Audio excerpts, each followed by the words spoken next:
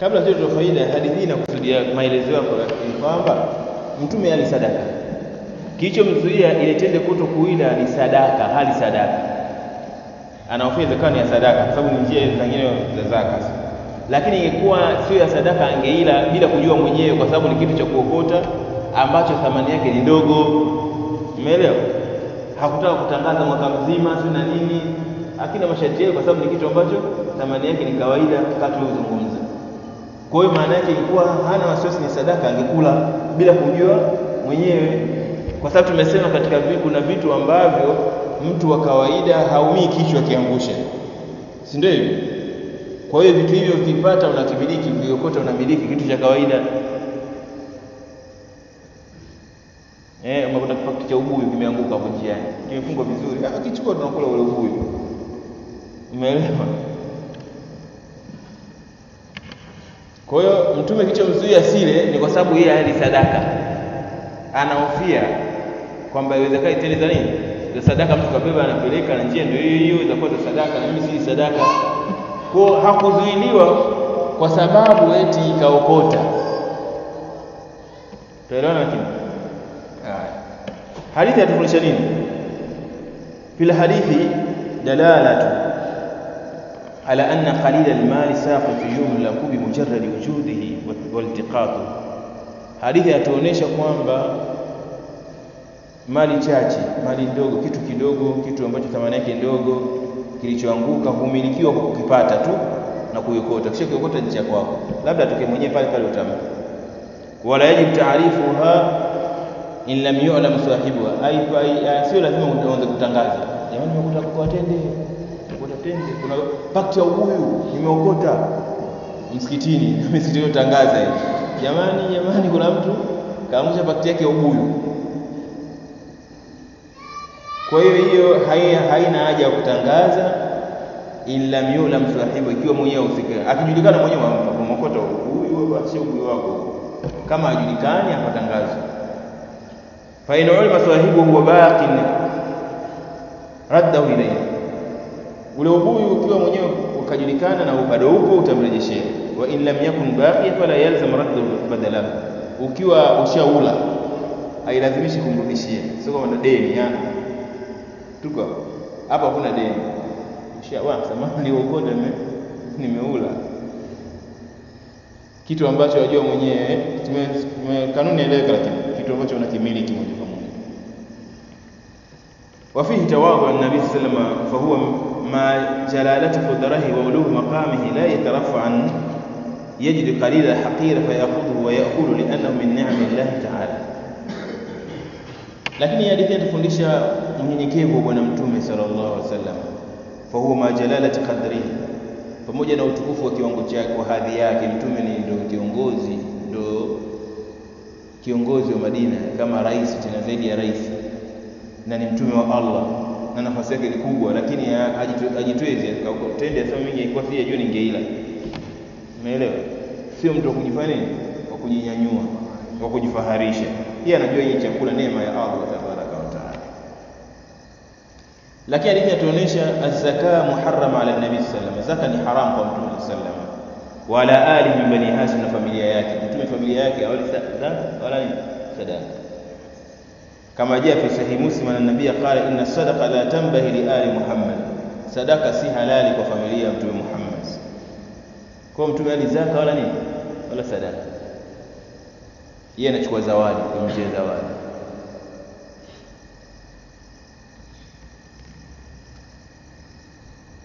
Na hii ni asili ya mitume wote Wote mitume wote.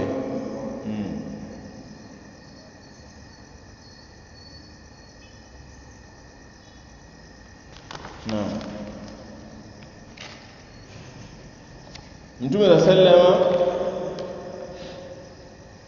wafihi wara nabii. Mtume sallama ucha Mungu wake tunauona hapo. Tende ile ilikuwa ni halali kwake yeye kwa sababu imeanguka, hajui chochote kama ni ya sadaka au ya nini. Lakini Mtume sallama akajizuia kwa sababu akahofia ilikuwa ni ya sadaka. Kama vile kuja min husni islam maru tarkuhu ma la yani. Katika uzuri wa Uislamu mtu ni kuacha kile ambacho kitu msaidia au kile kitu ambacho anashaka nacho yeye, kama ilivyokuja da ma yuribuka ila ma la yuribuka, achana ambalo unashaka nalo liendele ambalo huna shaka nalo.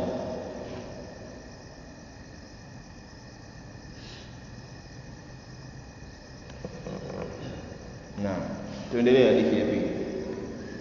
Kwa maksudi makubwa ya hadithi hii aliyoiweka ni kuonesha kitu ulichokiokota kidogo cha kawaida mtu anaweza kukitumia.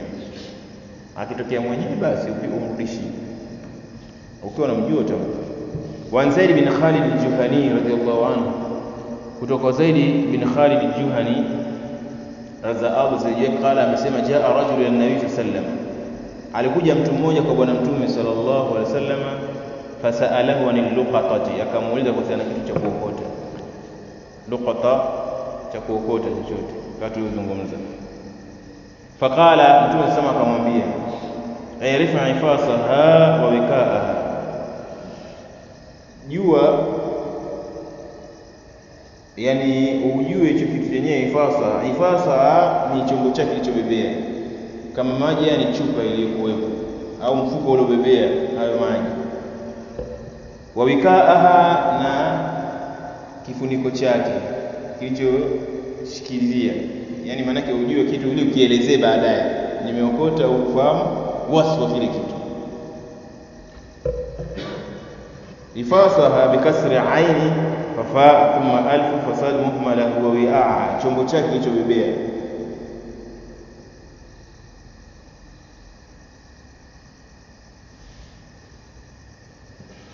Wa wikaaha fa huwa ma yurbutu biki, ambacho kinafungiwa sasa nacho kama kifuniko chake, kifungo chake.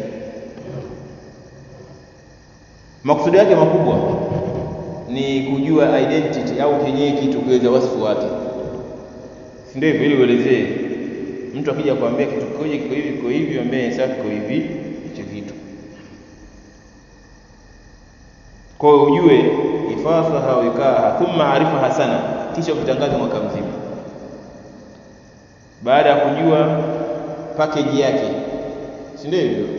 Kuna kitu kimepotea, wasifu wake ni hivi, kama utaje wasifu, kuna wakati unahitajika na kuna wakati inabidi ufiche wasifu ili asitokee ambaye si. Kuna wakati inabidi useme wasifu, sababu unajua kuna kitu kingine akija nitajua mwenyewe au sio mhusika, si ndio hivyo? Kwa hiyo ujue wasifu wake wa kwamba package yake kilicho mfuko uliobebea, kama ilipikwa kwenye mfuko, na sindi yake mfuniko wake ulivyo. Thumma arifa hasana, ani maksudio hapo ni kujua property, sifa kile kitu unachokitangaza, kilichopotea ulichokiokota. Thumma arifa hasana, kisha kitangaza mwaka mzima. Fa injaa sahibu, akija mwenyewe mhusika, akija mwenye kitu chake mpe, wa illa fasha'nu kabiha, asipokuja basi jambo lako hili tumia. Qala, ile mtu akamuuliza Mtume sallallahu alayhi wasallam, fadhalatul ghanam, je, mbuzi aliyopotea, mbuzi au kondoo au ng'ombe aliyopotea? Qala, Mtume akasema, hiya laka au li akhika au lidhibi, huyo mbuzi ni kwa ajili wewe umchukue au ndugu yako au mbwa mwitu. Yani maana yake aidha atamchukua wewe kumwacha, atachukua mtu mwingine huyo mbuzi, au ataliona mbwa mwitu kama ni porini. Yani maana yake uchukue utangaze vile vile. Tuko hapo. Qala fadalatul ibli, yasema je, ngamia aliyopotea? Qala, Mtume akamwambia, malaka walaha, una nini wewe na ngamia aliyopotea? Maha siqauha, ana maji yake. Ngamia na ni mnyama ambaye anakaa na maji mengi tumboni, akishakunywa maji atakaa muda mrefu, atumia yale maji ya tumboni hayo. Wa hidhaaha, na hidhaa ni kwato, viatu vyake.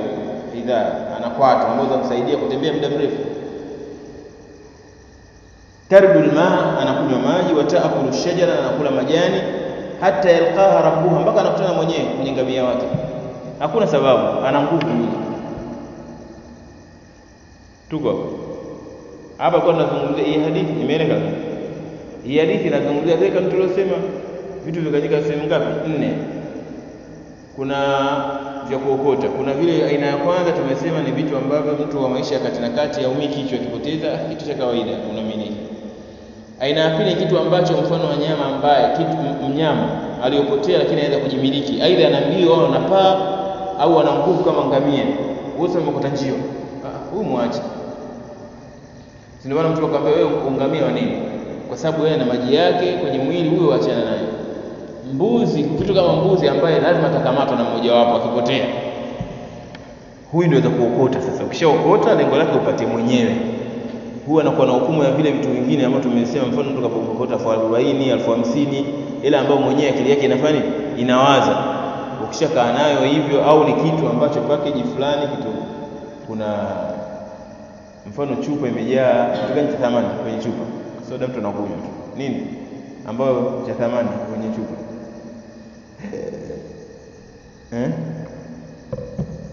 labda tujalie kuna ni kibubu chake katika 10,000 kwenye hii chupa, una kazi kunja kazi ingiza huko.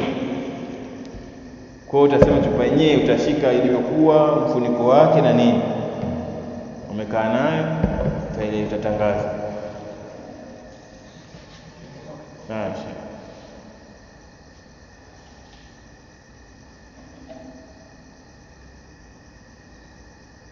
Kwa hiyo ndio akamwambia hadithi yetu, mtume alikuja mtu jaa rajulan nabii sallama, alikuja mtu arabia, amekuja kwa mtume sallam, fasalahu anil luqati, akamuuliza kuhusiana kitu ambacho kimepotea cha kuokota, kimepotea. Faqala a'rif ifasaha, yani ujue kwamba ifasa, tumesema ifas min aljildi yalbasu ra'sul qarur, kitu ambacho kile mfuko wake au kuna sangine navalishwa juu ya chupa lake, tuseme mfuko wake uliobebea, na wikaa na kifuniko chake. Thumma arifuha sana, kisha utangaze mwaka mzima. Fa injaa sahibu, akija mwenyewe mpe, wa illa fasha'nuka bihi, asipokuja basi jambo ni kwako wewe. Ndio akamwambia tena fadalatul ghanami, mbuzi aliyopotea, qala hiya laka wa liqawli akhika au lidhib, kwa ajili yako, itakuwa ni kwa ajili yako au ndugu yako au mbwa mwitu. Qala fadalatul ibli, je ngamia? Akama laka wala huna nini ngamia? Maha siqaha, ana maji yake, wa kidhabuha, na viatu vyake vile, kwato zake zamsaidia. Tardul ma, anakunywa maji, wa takulu shajara, anakula majani ya mti, hata yalqaha rabbuha, mpaka anakutana na mwenye ngamia wake. Ma yukhadhu min alhadithi, hadithi inatufundisha nini? Bayyana an-nabii sallallahu alayhi wasallam lisailan luqatan naw'an, mtume sallallahu bainisha katika hadithi hii kilichoanguka aina mbili. Ahaduma yajuzu iltiqatu lihifdhiha li sahibiha, ya kwanza ni kwamba kile ambacho kinajuzu kuokota na kuhifadhi kwa mwenyewe husika, au dukhulu fi milkihi, au kuingiza kwenye milki yake. Illa yujid sahibaha, mwenyewe akiwa hajapatikana. Kuna vitu yanafaa kuokota ukasubiria umpe mwenyewe na ukatangaza mwaka mzima, baada ya muda mwaka ukishatangaza bado hajapatikana, unaingiza katika mali zako. Wa hiya ghalibul amwal min mata'in wa naqdain wal hayawan alladhi yumtana min sighari siba, na vya kuokota ni vile ambavyo ni mali au wanyama ambao wao hawezi kujizuia na kuwindwa, wanaweza kukamatwa kwa wepesi. Lakini ya pili tukaona mfano ngamia, mtume sallama akasema una nini na ngamia, wa yuqasu alaiha albaqara liquwwatiha, na pia anasema hapa ng'ombe inaingia, ng'ombe pia ana nguvu.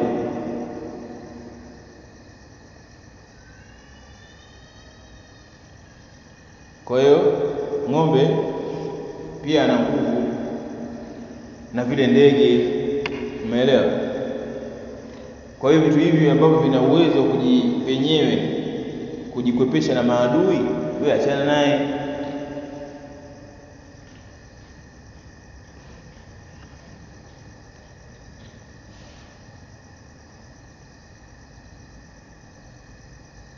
Kwa hiyo lakini pia akatufundisha kwamba ya'rifa wajiduha wikaa wa wiaa, ajue yule mwenyewe aliokota kile kitu wasifu wake, package yake, mifuniko yake, idadi yake, ili apate cha kumuuliza muhusika, si ndio hivyo? Kujua vile vyote wamuuliza muhusika, waliarifu sifata li'tibari mudda'i dhiyaiha minhu, ili amtahini yule ambaye kama kapoteza. Ikoje ile chupa? Kuna kitu gani na kitu gani? Na nini na nini? Kwa hiyo ukishashika vile vitu wewe maana umehifadhi nyumbani, umeshika ile sifa ya kile kitu, muda wote mtu akitokea unamhoji unajua ndio mwenyewe au sio mwenyewe. Idha madha al-aam, kupita mwaka mzima, wala miyarif sahibaha, na mwenyewe hujamjua, malakaha wajidaha milkan qahriya, atamiliki yule ambaye alikupata vile vitu baada ya mwaka mzima, inakuwa ni cha kwao. Lakini basi hata kama umemiliki baada ya mwaka, injaa sahibu, akija mwenyewe, walau baada muda tawila, hata baada ya muda mrefu, fawasafaha dafa ilayhi bila bayina wala yamin, fawasfaha huwa بينتها لعموم قول فإذا جاء طالبها يوما من الدار فأديها إليه، فالبين ما أبان الحق وأظهره، وصوى كاف لأن يكون بينا ما لم يكن له منازع فيها. akija mwenyewe bwana yule utafanya nini? Utampa. Na tuseme hadithi mpatia. Bado ni ngapi? Langu. Ndio ngapi? 3, tulimalizia haraka.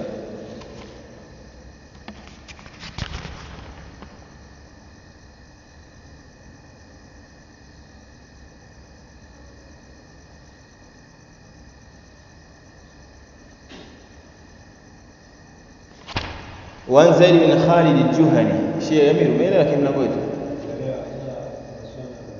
أوليز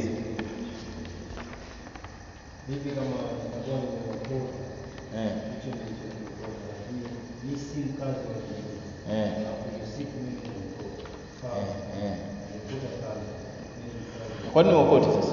Acha barabarani upati zana, kiache kuta 100,000 ukaiacha upati zana.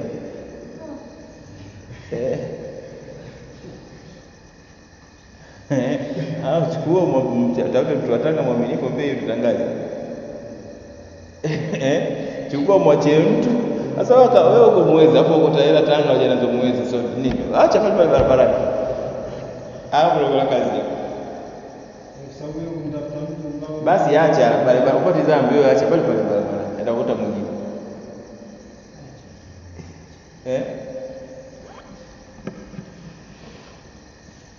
وعن زيد بن خالد الجهني رضي الله عنه، kutoka Zaid bin Khalid al-Juhani qala, amesema qala Rasulullah sallallahu alaihi wasallam, amesema Mtume sallallahu alaihi wasallam, awa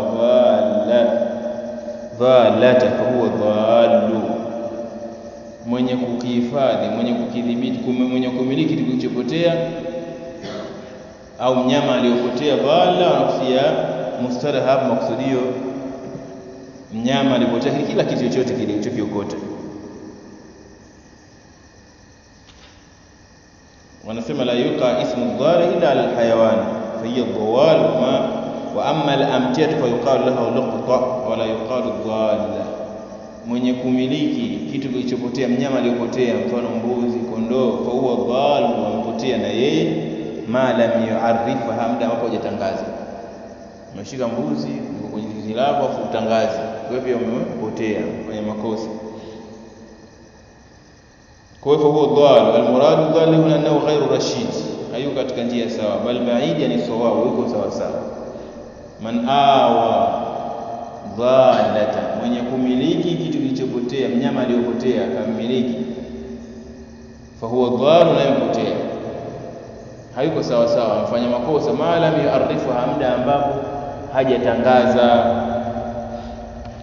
Kwa hadithi yatuonyesha nini? Yadullu alhadith la annahu la yajuzu iltiqatu dhawari al-ibil, haifai kuokota mnyama kama ngamia alipotea. Fa inna ma huwa siqaha wa jidhahu, ngamia na maji yake na kwato zake, tarbul mata, ili kunywa maji, wa taakulu shajara, takula majani, hatta yalqaha sahibuha, mpaka akutane mwenyewe. Anna man taqata fa talafati ma'ahu fa huwa gharim laha sawa talafati bita'addi, atakaye kukuta mnyama alipotea kama ngamia afu akafa yule mnyama au akapata matatizo yoyote, hatadhamini yeye, kwa sababu hakutakiwa kukuta mnyama kama huyo.